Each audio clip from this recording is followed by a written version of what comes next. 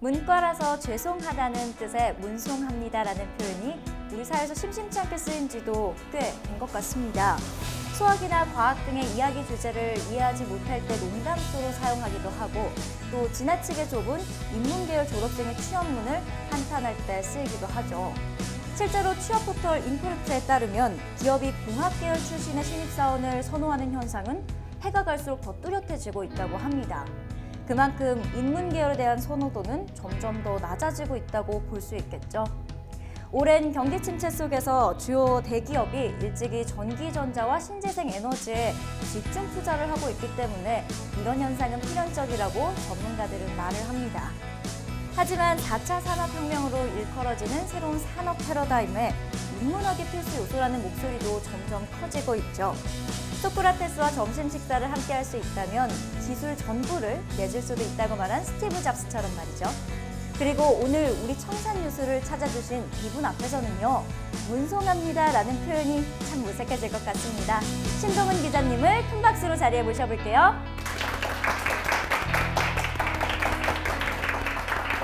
네, 기자님 안녕하세요. 네, 안녕하세요.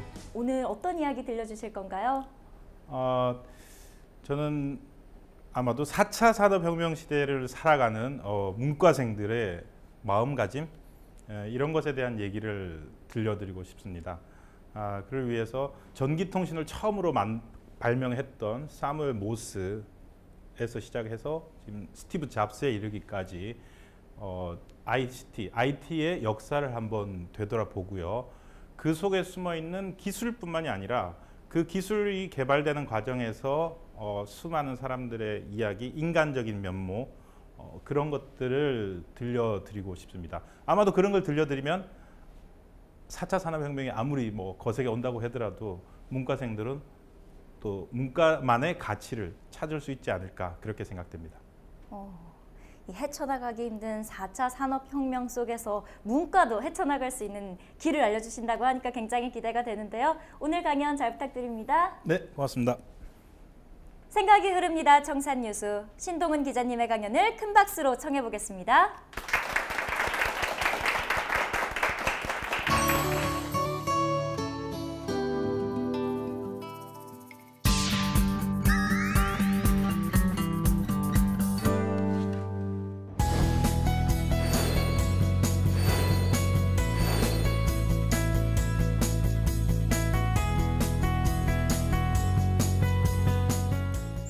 네, 안녕하세요. 저 신동은 기자입니다.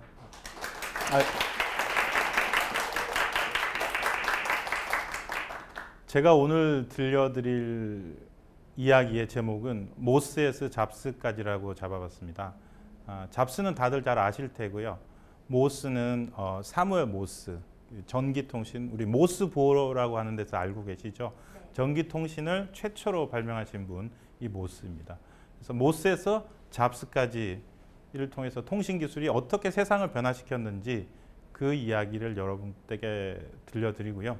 4차 산업혁명에 대해서 이제 문과생들이 어떻게 또 마음가짐을 가져야 될지 그런 것도 한번 제 나름대로 말씀드려보고자 합니다. 자, 이게 제가 통신기술의 변화를 한 4단계로 나눠봤는데요. 달리는 사람, 그리고 비둘기입니다. 그러니까 비둘기. 그리고 그 다음에 횃불, 봉화를 뜻합니다. 그리고 그 다음에 이제 스마트폰인데 제가 이렇게 구분을 한 이유는 속도에 따른 겁니다.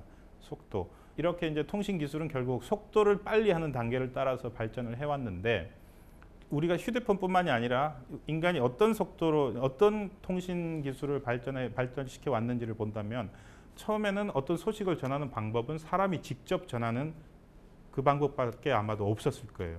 그렇다면 그 통신, 그 소식을 전하는 속도는 아마도 시속 10에서 20km. 인간이 지금 마라톤에서 이미 아직도 2시간 벽을 못 깼지 않습니까? 42.19km를 달리는데 굳이 달리기를 넣은 이유는 이 마라톤도 소식을, 승전보를 전하려고 하는 일종의 통신 수단으로서 달리기를 보여줄 수 있는 예가 되지 않을까 싶어서 썼던 거고요. 그리고 이제 말이 조금 더 빠릅니다. 말이 좀 더 빨라서 한 시속 한 20에서 48km까지 갈 수 있다고 하고, 그리고 이제 비둘기도 한 시속 40km. 그리고 아주 옛날 이제 통신 수단인 봉화, 봉화는 사실은 속도에 있어서는 지금 우리가 쓰는 휴대폰하고 똑같아요. 속도는 빛의 속도니까. 다만 우리는 휴대폰으로 영화도 보내고 뭐 메신저도 보내고 하지만 봉화는 켰다 껐다밖에 못하니까 전란이 발생했을 때 중요한 소식들밖에 못 전했죠. 그러니까 정보의 전송량이 거의 최소화되어 있는 수준에 불과한 거죠. 이 그림을 보시면 이게 17세기의 프랑스의 통신망입니다. 여기 가운데 보시면 여기가 파리인데요. 파리를 중심으로 동서남북으로 뻗어 있고 저거는 이제 봉화는 아니고 세마포르라고 하고 불리는 통신 수단이었는데 당시 유럽에서 망원경이 이제 발명이 됩니다. 그래서 멀리 있는 것을 이제 망원경을 통해서 볼 수 있게 되면서 저 길을 따라서 네덜란드 풍차 같은 크고 높은 건물을 지어서 그 꼭대기에서 알파벳을 표시할 수 있는 자기들만의 그 약속을 만들어 두는 거예요. 그래서 저 길을 따라서 그 세마포르가 만들어져 있었고 망원경을 보고 이제 소식을 전한 거죠. 파리에서 지방으로 소식을 전할 수도 있었고. 그런데 다음 그림을 보시면 이게 뭐냐면은 이거는 20세기 프랑스 철도망입니다. 그러니까 역시 파리가 여기에 있고 이 파리를 중심으로 거의 비슷하게 뻗어 있는 걸 볼 수 있을 겁니다. 소식을 전하는 길은 그때나 지금이나 별로 달라지지 않았다는 거죠. 이 철도망은 전신망이기도 합니다. 철도와 전신이 같이 항상 뻗어 갔거든요. 더 재밌는 거는 이제 이게 같은 경우는 우리나라 조선반도인데 조선시대 때 그러니까 임진왜란이 났을 때 그 봉수망이에요. 봉수망이 있어서 임진왜란이 났을 때 이 동래포에 왜군이 도착했을 때 서울까지 가는데 한 5시간, 6시간 정도 걸렸다고 합니다. 그러니까 봉수로 계속 연결이 되어 가지고요. 그런데 옆에 그림은 보시면 이게 2007년도 우리나라 초고속 인터넷망을 그려놓은 겁니다. 보면 똑같죠. 부산에서 서울 가는 거, 광주, 목포 쪽에서 서울 가는 거, 그리고 강원도에서 가는 거. 그러니까 이 통신은 거의 비슷한 길을 따라서 다니고 있었고 그 속도와 전송량만 차이가 났을 뿐이다. 그리고 여전히 우리는 어떤 통신이라는 구조 속에서는 비슷한 시대를 살고 있다. 최근에 있었던 일인데 이런 일도 있었습니다. 그러니까 인터넷하고 비둘기하고 누가 빠른지 내기를 해봤어요. 2009년에 남아공의 더반이라는 곳에 있는 어느 회사가 80km 정도 떨어져 있는 자기네 본사에 뭐 파워포인트 뭐 이런 문서 같은 거를 전달을 해야 되는데 비둘기를 하나 삽니다. 비둘기를 하나 사서 이제 그 비둘기 발목에다가 4GB 메모리를 묶어서 보냈고 똑같은 시간에 이제 이메일을 보냈어요. 근데 정확하게 2시간 뒤에 비둘기는 도착을 해서 4GB 메모리를 전달을 했는데 인터넷으로는 한 100메가, 150메가 정도밖에 전달이 안 됐다고 합니다. 전송이 이제 그 정도밖에 안 됐던 거죠. 실제로 있었고 2009년도 9월 달에 이게 외신에까지 다 났어요. 왜 이걸 보냈냐면은 한 텔레마케팅 회사인데 망을 이렇게 안 늘려주는 거예요. 너무 느려터져 가지고 자기들이 이제 보도자료 뿌리고 이런 걸 한 다음에 외신에다가 내버린 거예요. 그래서 비둘기가 더 빠르다. 뭐 비둘기보다 더 느리냐 무슨 인터넷이. 만약에 어느 날 갑자기 인터넷이 끊긴다면 이렇게 할 수밖에 없죠. 미국에 가면 로키 산맥에서 아직도 비둘기를 통신 수단으로 여전히 쓰는 사람들이 있다고 합니다. 가끔씩 비둘기가 이렇게 빠를 수 있다는 게 여전히 똑같은 세상에 우리는 살고 있구나 이런 생각을 하게 됩니다. 지금부터 본격적으로 이제 통신의 역사를 조금씩 말씀을 드릴게요. 동기화란 말 많이 쓰시죠. 스마트폰 이제 사면은 뭐 기기들끼리 동기화 시켜야 되잖아요. 이 싱크로나이제이션인데 이 동기화란 말은 통신이 탄생하던 순간에 함께 나온 말입니다. 그러니까 전기통신 뚜뚜뚜뚜뚜 하던 그 모스보가 나왔을 때 동기화가 라는 말을 처음으로 이제 하기 시작했다는 건데요. 이때 동기화는 이제 시간을 맞춘다는 뜻입니다. 시간을. 자, 생각해 보세요. 예를 들어서 서울하고 부산이 정확하게 시계가 일치했을까요? 맞을 수가 없었어요. 그러니까 서울은 서울대로 시간을 살고 부산은 부산대로 시간을 살 수밖에 없었죠. 미국 같은 경우에 19세기 초까지, 그러니까 전기통신이 등장하기 전까지 약 한 8,000개 정도의 그 시간이 존재했다는 겁니다. 그러니까 서로 도시마다 다 달랐죠. 여러분 유럽 여행을 가시면 시계가 어디에 있습니까? 유럽 도시들은 보면은 도시 한가운데 플라츠라고 하는 광장이 있고 그 광장에 반드시 있는 두 개가 교회와 시청이죠. 그 시청에 항상 시청 꼭대기에 이제 시계가 딱 달려 있고 교회는 12시 정오가 되면은 종을 울리죠. 그 공간의 시간을 지배하는 사람은 종교와 정치 권력 두 개였던 거예요. 그래서 도시마다 시간이 다 달랐다고 합니다. 이 서로 다른 시간대를 살았던 게 아마도 저는 중세가 아닐까. 아직 현대로 오지 못한 세상. 그런데 어떻게 됩니까? 철도가 등장을 하면서 이 도시들이 연결이 되고 사람들이 이제 이동이 많아지는 거죠. 그런데 철도에서 무슨 일이 발생하냐면은 철도가 사고가 나기 시작하는 거예요. 여기서 12시에 출발했는데 저쪽하고 다른 도시하고 시간이 안 맞으니까 마주보고 달리는 철도가 실제로 있었던 거예요. 그래서 철도를 놓을 때마다 전신선을 놔가지고 출발했니 안 했니 확인하고 보내고 주고받고 그러면서 유럽과 미국 전역에 이제 철도망이 깔리게 되면서 시간은 누가 갖게 되냐면은 철도 회사들이 시간을 관리하기 시작합니다. 그래서 철도 회사마다 시계가 다 다른 거예요. 그래서 예를 들어서 어느 도시를 가기 위해서 제가 뭐 A라는 도시에 가서 B 도시로 가는 열차를 갈아타야 되는데 두 철도가 서로 다른 철도 회사면은 예를 들어 코레일과 SRT가 서로 다르면은 시간을 서로 다른 시간을 쓰는 거예요. 마치 이건 우리가 지금 뉴욕하고 지금 뉴욕 몇 시야 하는 것처럼 야 지금 나 볼티모어 열차 타야 되는데 볼티모어 시간으로 지금 몇 시니? 이런 식으로 시간을 소유한 곳은 이제 철도로 넘어온 거예요.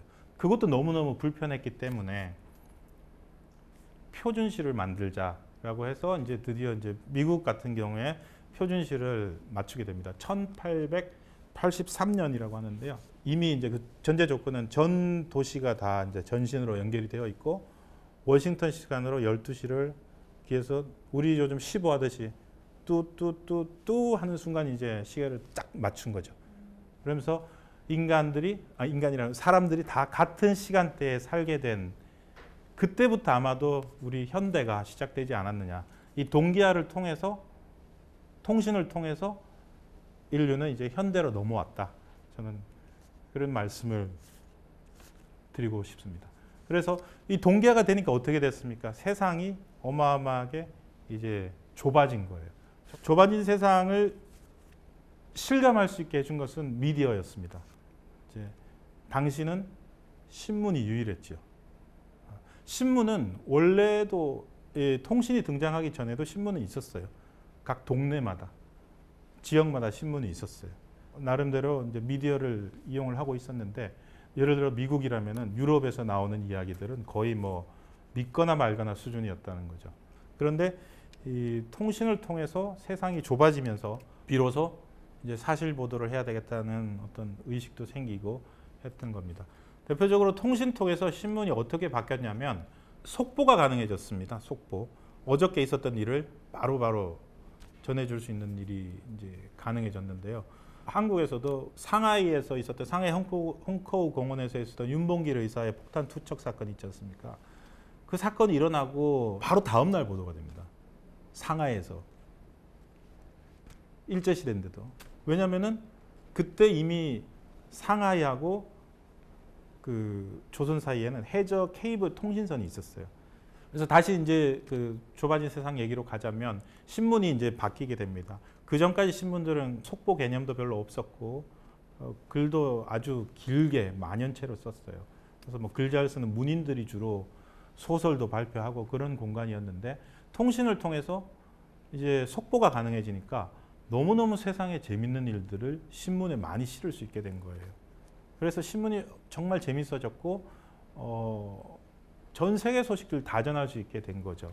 미국에서 뭐 유럽에서 아시아에서 무슨 일이 있었는지를 전할 수 있으니까 사람들은 정말로 이제 지구촌처럼 느끼는 거죠. 세상을 좁게. 이때 만들어졌던 게 AP라고 하는 통신사 아시죠? 그 각종 통신사. 이 AP가 왜 만들어졌냐면 신문사들이 이제 전신을 통해서 소식을 받아봐야 되는데 너무 비싼 거예요. 1846년에 미국하고 멕시코가 전쟁을 일으킵니다. 그러니까 뉴올리언즈 땅을 서로 차지하기 위해서 미국과 멕시코가 전쟁을 벌이는데 전쟁이 나니까 뉴스 수요가 많이 발생을 하죠. 그래서 전신으로 이제 그 멕시코하고 국경지대에서 각종 소식을 전해 오는데 너무 비싼 거예요. 그러니까 한 글자 10자당 한 50센트. 그러니까 글자 20자면 1달러. 200자짜리 기사면은 거의 20달러, 10달러를 내야 되니까 너무 비싸서 신문사들끼리 이제 돈을 모아 가지고 AP라고 하는 Associated Press라고 하는 이제 통신사를 만듭니다. 그래서 그 통신사가 모든 이제 전신 요금을 다 내고 자기들이 확보한 뉴스는 신문사들한테 이제 다 배포하는 거죠. 전 세계 주요 나라마다 통신사가 있습니다. AP, 한국에는 연합통신, 당시 비슷하게 만들어진 게 영국에는 로이터, 프랑스에는 AFP 이런 통신사들이 만들어진 배경이 또 이렇게 빨리 속보를 전하기 위해서라는 거 말씀을 드리고요.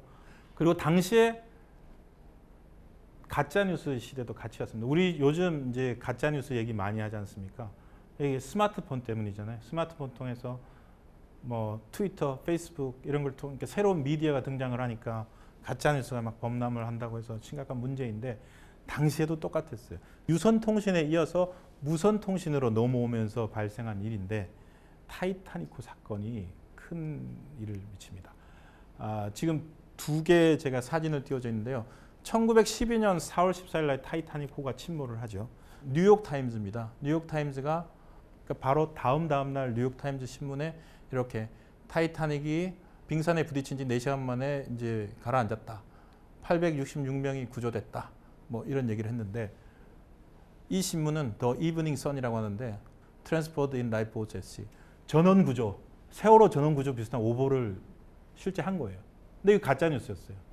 이 타이타닉호가 침몰했던 그 1912년 그 상황에 미국과 유럽 사이에 있는 대서양 바다에는 이제 본격적으로 무선 통신이 보급돼 있었어요. 타이타닉호 침몰 소식도 이제 SOS를 통해서 주변의 배들한테 전해지고 미국 동부 연안에까지 전달이 되어서 미국 군함들이 얼른 나가서 이제 구조를 했기 때문에 전체 승객이 2,000명이 넘었답니다. 그 중에서 700명이나마 구한 것 자체가 기적이었는데 당시 구조 작업을 어렵게 한 내용 중에 하나가 뭐냐면은 전원구조 얘기가 그냥 출처불명으로 돌아다닌 거예요. 그래서 심지어 구하러 가다가 야 전원구조 됐대 하고 돌아온 배들도 있다는 거예요.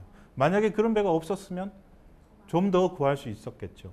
그리고 이브닝 선이라는 이 오보도 없었겠죠. 그래서 미국 당국이 이 타이타닉호가 침몰 사고가 나고 정확하게 4개월 후에 무선 주파수를 규제하는 법을 만듭니다. 이제 아무나 전파를 쓸 수 없게 하는 거예요. 전파를 쓰려면 누가 어떻게 한다. 이런 걸 반드시 등록을 하게 되는데 지금 우리가 전파를 규제하는 전 세계 레귤레이션 법이 이때 만들어진 겁니다. 그래서 우리나라에서도 지금 SK텔레콤이나 KT나 이런 이동통신 사업자들이 전파를 이용해서 사업을 하려고 하면은 당국의 허가와 등록 절차를 거쳐야 하는 것, 그게 이때 만들어진 겁니다. 그리고 이제 이 통신 기술이 현대 도시가 등장하는데도 이제 이때는 이제 전화로 넘어오는데요. 통신은 순서로 따지면 유선으로 하는 통신, 유선 전화, 그 다음에 무선 통신이 나왔습니다. 그리고 이제 무선 전화까지 이어지는 거죠. 그레이엄 벨이 만든 이제 전화가 또 이 현대적인 도시 생활을 할 수 있는 큰 이제 이유 중에 하나가 됐다. 그런 얘기를 하려고 하는 겁니다. 고층 빌딩이 제일 이제 많이 사례로 들어지는데요. 만약에 100층짜리 빌딩이 있는데 전화가 없다고 생각을 해보세요. 어떤 일이 벌어질지. 하루 종일 그 빌딩에서는 계단에 사람들이 왔다 갔다 하고 엘리베이터를 거의 뭐 한 어마어마하게 많이 깔아야 될 거예요. 그래서 이 전화 보급이 처음 될 때 고층 빌딩을 세우는 과정에도 전화가 필요했고 그 빌딩 안에서 사람들이 이제 내선 전화를 많이 썼다고 합니다. 그러니까 외부하고 연결하면 이제 통신 요금이 발생하니까 전화를 지으면서 내부에서 각 사무실끼리 오피스끼리 연결을 해서 서로 통하는 그걸 통해서 전화가 보급이 됐고요. 그 시기가 미국에서 고층 빌딩이 어마어마하게 올라갔던 시기하고 희한하게 이제 맞는다고 합니다. 연구에 따르면 전화 보급과 이 현대적인 형태의 그 뉴욕 마천루 이런 고층 빌딩이 같이 올라갔다. 그런 이야기들을 하고 있습니다. 지금 요거는 이제 무선 통신에 이어서 나온 이제 라디오 얘기입니다. 라디오가 아까 제가 조금 전에 이제 타이타닉호 침몰 말씀을 드렸는데 타이타닉호 때 이제 사람들이 이제 이게 무선 통신을 통해서 소식을 전할 수 있다는 거를 이제 정말 깨달았어요. 그리고 그 직후에 뭐가 벌어지냐면은 1차 세계대전이 벌어집니다. 1차 세계대전 때 발달했던 기술 중에 하나가 무선 통신을 이용해서 소리를 전하는 거예요. 미국 당국이 누구를 부르냐면은 제너럴 일렉트릭과 AT&T를 부릅니다. 자, AT&T는 뭐냐면은 전화를 발명한 그레이엄 벨이 만든 전화회사입니다. 원래 벨 텔레폰 컴퍼니로 시작해서 지금 아메리칸 텔레폰 앤 텔레커뮤니케이션이라는 AT&T가 지금도 미국의 3위 전화회사인데요. 그 전화회사와 에디슨이 만든 제너럴 일렉트릭이라는 이제 회사를 불러서 개발해라고 하니까 결국 1차 대전이 거의 끝나갈 때쯤에 무선 통신이 가능한 이제 기술을 개발을 합니다. 그래서 AT&T는 통신 쪽을 개발했을 거고 제너럴 일렉트릭은 전자회사니까 그 기계를 개발을 했겠죠. 삼성전자하고 뭐 SK텔레콤 같은 통신회사가 쌍으로 이렇게 가는 거하고 비슷합니다. 전쟁이 그리고 끝났어요. 전쟁이 끝나고 1차 대전에 참전했던 병사들이 미국으로 본토로 돌아왔고요. 그 사람들이 이제 무선으로 이렇게 재밌는 길을 할 수 있다는 것을 알게 된 거예요. 사실 라디오 기술은 아주 단순했다고 합니다. 라디오를 지역별로 만들어 가지고 보급을 하고 그걸로 이제 재미로 이렇게 서로 교신도 하고 했는데 그걸 보고 어떤 사업자 한 명이 이제 라디오를 만들면 되겠다 해서 이제 라디오가 드디어 등장을 해서 1919년, 20년 이때 30년대까지 엄청난 속도로 보급이 됩니다. 전혀 이제 새로운 형태의 미디어가 등장을 한 거죠. 그리고 역시 사람들이 그걸 가지고 가장 많이 했던 일은 음악을 듣는 거였습니다. 근데 그 음악에 가장 적합했던 게 재즈였다고 합니다. 클래식 음악은 오케스트라는 워낙 악기들도 다양했는데 당시 낮은 수준의 통신 기술로 이 엄청난 음폭을 가지고 있는 그 소리를 전달을 하지 못했대요. 근데 반면에 재즈는 악기 한두 개만 가지고 혼자서 연주를 하니까 거의 원음이 제대로 전달이 됐다고 합니다. 처음 재즈는 흑인들이 그리고 그것도 이제 미국 동부도 아니고 남부의 빈민가, 뉴올리언즈 이런 흑인들이 쓰는 음악이었는데 이 음악이 라디오를 타고 뻗어나가기 시작하면서 이제 어떤 일이 벌어졌냐면은 최초의 흑인 유명 인사가 루이 암스트롱이라고 하는데요. 그처럼 어떤 하류 문화가 주류를 이렇게 영향을 미치는 그런 현상들도 일어났다고 합니다. 그래서 실제로 재즈가 1960년대까지 그 미국의 흑인 인권 운동에 영향을 미쳤다고 합니다. 그리고 동시에 또 이 라디오는 독재자도 나왔어요. 지금 이제 이 파시즘이 등장하는 데 있어서도 라디오가 큰 역할을 했다고 하는데 히틀러입니다. 히틀러가 라디오 방송을 준비하고 있는 모습입니다. 그리고 반대쪽에 있는 거는 이제 군중들이 저 스피커 앞에서 총통의 소리를 들으려고 하는 건데요. 이 라디오가 등장하기 전까지는 일반 대중들은 이 지도자의 육성을 들어본 적이 없어요. 근데 최초로 이제 육성을 들을 수 있게 됐고 히틀러라는 사람이 자기 목소리를 통해서 대중들한테 직접 메시지를 전달하기 시작하니까 독일이라는 나라 국민들이 광기에 빠지죠. 항상 이 통신과 미디어는 두 개의 명과 암이 있다는 거 여기서도 또 볼 수 있지 않나 싶습니다. 1차 대전이 이제 결국 라디오를 만들어냈는데요. 디지털은 2차 대전 때 개발됐다는 이야기를 한번 드려볼게요. 이미테이션 게임이라고 하는 영화의 등장 인물들인데 베네딕트 컴버배치죠. 그 닥터 스트레인지로도 나왔던 이 사람이 앨런 튜링 역할로 나옵니다. 이 앨런 튜링 때문에 이걸 썼고요. 이 그림을 썼고요. 아까 1차 대전 때 무선으로 그러니까 전화를 할 수 있는 게 개발이 됐다고 했죠. 2차 대전은 뭐의 시대냐면은 통신을 가지고 전쟁을 했는데 동시에 2차 대전은 도청의 시대였어요. 도청. 그러니까 영국하고 독일은 계속 도청을 하는 거예요, 서로. 그래서 독일이 기가 막힌 이제 암호 기계를 만들어냈어요. 이니그마라고 하는 건데 그 독일이 만든 암호 기계를 깬 게 앨런 튜링입니다. 그 이야기를 그린 영화가 이미테이션 게임이었고요. 그리고 이 앨런 튜링이 2차 대전에서 또 다른 기술을 하나 개발하는데 전화를 이제 암호화시킬 수 있는 기술입니다. 뭐냐면은 대서양을 통해서 이제 영국은 전쟁이 유럽이었지 않습니까? 미국으로부터 각종 물자를 보급을 받아야 됐어요. 각종 물자를 보급을 받아야 되는데 독일군 유보트 잠수함들이 대서양에서 그냥 공격을 해서 이제 다 침몰시켜 버리는 거예요. 영국은 미칠 지경이에요. 고립된 상태에서 외부로부터 아무 물자도 없으니까 이제 죽기 일보 직전인데 그때 처칠과 루즈벨트가 직통으로 통화를 할 수 있게 됩니다. 할 수 있었던 이유는 이 앨런 튜링과 미국 AT&T 벨 연구소가 합작을 해서 이 지그셀리라고 하는 그 암호 통신을 개발했기 때문입니다. 이 암호 통신은 뭐냐면은 음성을 2만 분의 1초 단위로 음성을 나누고 그 2만 분의 1초로 잘게 쪼개진 거를 0과 1로만 이렇게 표시해서 수학적으로 전환을 한 다음에 통신을 받는 쪽에서 다시 그걸 복원을 해본 거였어요. 그땐 디지털이란 말도 없었고요. 근데 이게 통화가 되는 거예요. 그래서 미국 대통령하고 러시아 수상이 통화할 수 있게 만든 이 암호통신 기술이 디지털의 원조였다. 그렇게 지금 기록이 되고 있습니다. 지금까지 모스에서부터 시작해서 잡스에 이르기까지 아주 단순한 전기통신 전신에서 디지털이 어떻게 등장했는지까지 그 통신기술의 변화에 대해서 말씀을 드렸습니다. 다음 시간에는 이 4차 산업혁명 시대에 사람이라는 요소가 얼마나 중요한지 역시 또 기술이 개발되는 과정에서 어떤 배경을 가지고 있었는지를 통해서 한번 말씀드려 보도록 하겠습니다. 고맙습니다.